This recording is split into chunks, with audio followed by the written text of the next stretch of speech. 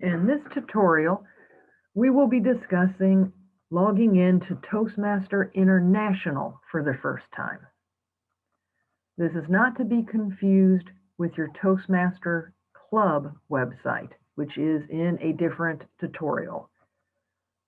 The website for the club is where you set up your agendas. Toastmasters International, which we also refer to as TI,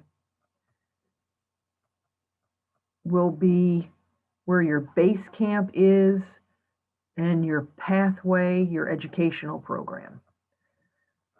You will receive an email, something along the lines of this, saying congratulations and how you get started.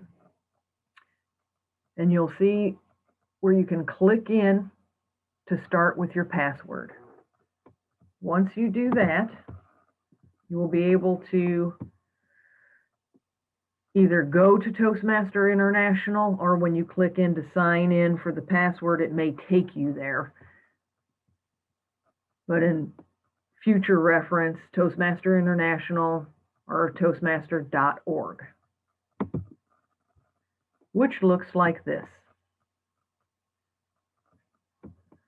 When you go to log in this case, you put in the email that you provided the VP of membership, and then the password that you had just previously created to be able to log in.